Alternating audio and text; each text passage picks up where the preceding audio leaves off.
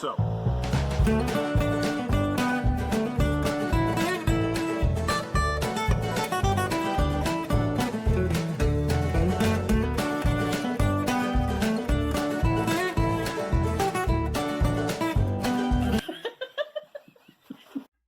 Hey, y'all.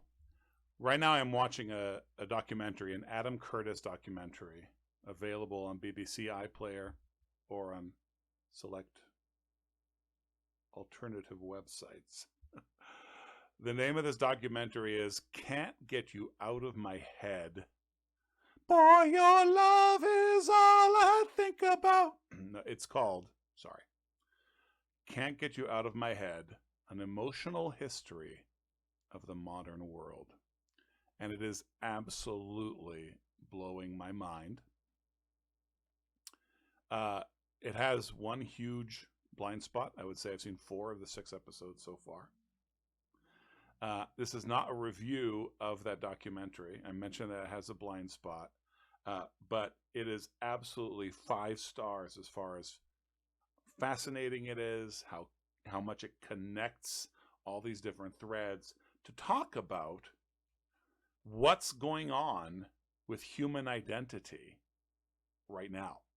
And most fascinatingly, what has led to it. So not simply diagnosing it, but what has led to it, which makes solutions more likely to be found. And as a Christian on a Christian channel, I can tell you that that's where the blind spots are. And that's where the solution is.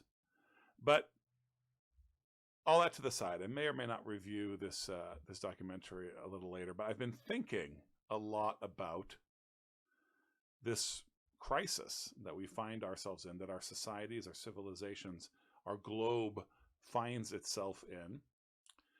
And it's so we are in a highly individualized age, and in a very prosperous age, an age in which we don't have to respond to what some lord or owner might tell us to do. And yet we do find that our liberties are restricted and our options are restricted, not simply because we're human and that's the human condition, but because of the systems that we operate in. And so, again, watching this documentary and watching the navigation and manipulation through these systems is absolutely fascinating. But it put me in mind of a song, "Helplessness Blues" by Fleet Foxes, and that's actually what this video is about.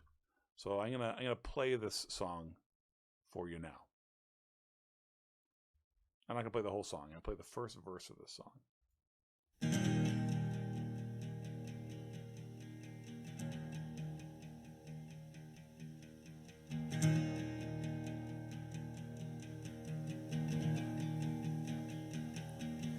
I was raised up believing I was somehow unique, like a snowflake, distinct among snowflakes, unique in each way you can see. And now after some thinking, I'd say I'd rather be a functioning cog in some great machinery, serving something beyond me. Okay, so this is what the rest of this video is going to be. I'm going to read the lyrics of this song as if it were a poem. It is a poem. And, the arc of this thing is just fascinating because it talks about the crisis of this individual, but the crisis of the individual in contemporary life. And it seems to find a solution, the sort of solution that is offered by the gospel of Jesus Christ. It seems to find love. Then toward the end of the song, it seems to find love. It seems to, and maybe there's a solution. The whole song actually changes at that point. Then the last line suggests that this found solution may just be an illusion. And the nature of the systems that dominate this world right now are such that they make us question reality itself. So here's my reading for you guys.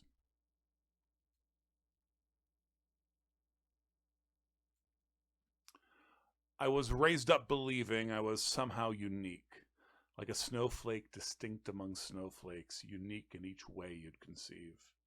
And now, after some thinking, I say I'd rather be a functioning cog in some great machinery serving something beyond me. But I don't know what that will be. I'll get back to you someday soon, you'll see. What's my name? What's my station? Oh, just tell me what I should do. I don't need to be kind to the armies of night that would do such injustice to you, or bow down and be grateful and say, sure, take all that you see, to the men who move only in dimly lit hallways and determine my future for me. And I don't know who to believe. I'll get back to you someday soon. You will see. If I know only one thing, it's that everything that I see of the world outside is so inconceivable, often I barely can speak. Yeah, I'm tongue-tied and dizzy, and I can't keep it to myself. What good is it to sing helplessness blues? Why should I wait for anyone else? And I know you will keep me on the shelf. I'll come back to you someday soon, myself.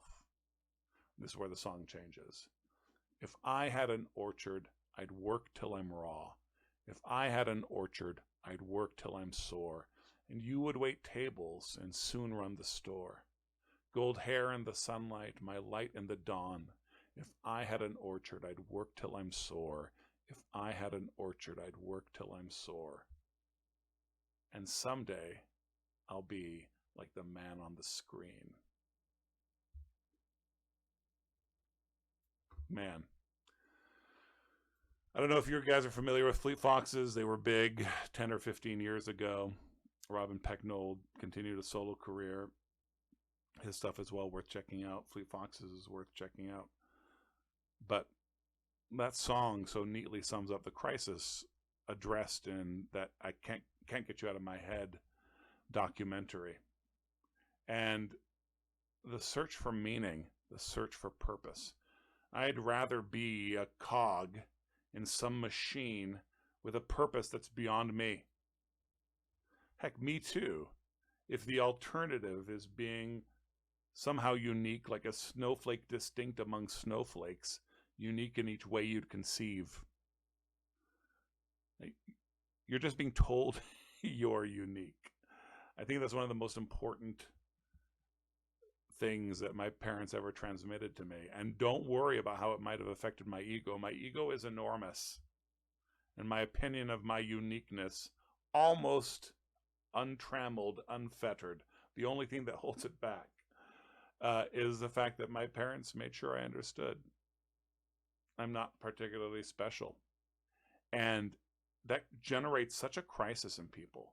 When the 7 billion and the systems that intrude on the lives of the 7 billion, when those two things weigh in on us and we realize there's no God in the universe, you're a snowflake among snowflakes. That causes crisis. Life has no meaning. And the urge to retreat from modern life, from contemporary life, to retreat from the systems, to have that idyllic life with the love of your life and a couple of kids and a store, that's something of a solution, and some people can maybe pull it off.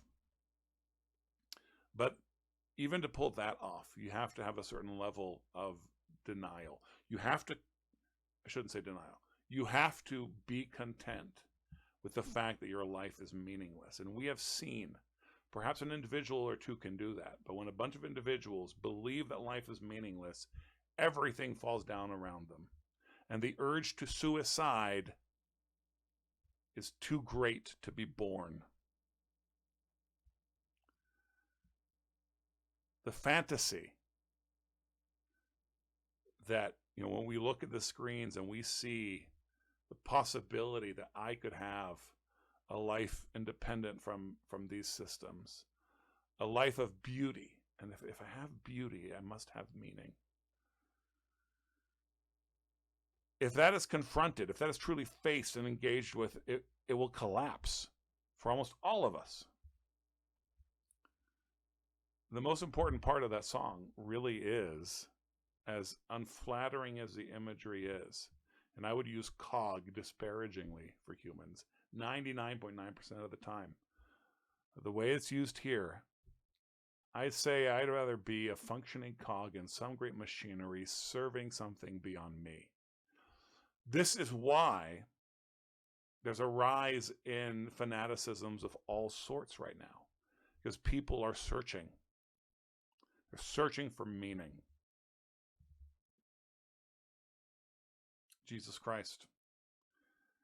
Can't have meaning without him. Can't have meaning without the one who gives humanity meaning, who validates the suffering of creation. The idyllic fantasy at the end of this song flees from suffering. You can have meaning in suffering and in joy. You can even have suffering and joy at the same time. Lord, have mercy upon me. All right, this has been your video. The peace of Christ be upon you. Aí sim é um homem de verdade, não é esses troços do grupo não, essas carcaças velhas, uó, fim de carreira. Cadê você, profeta, autarquia? Hein? Pedrada no inferno, fala comigo aí, matador de demônio. Hein?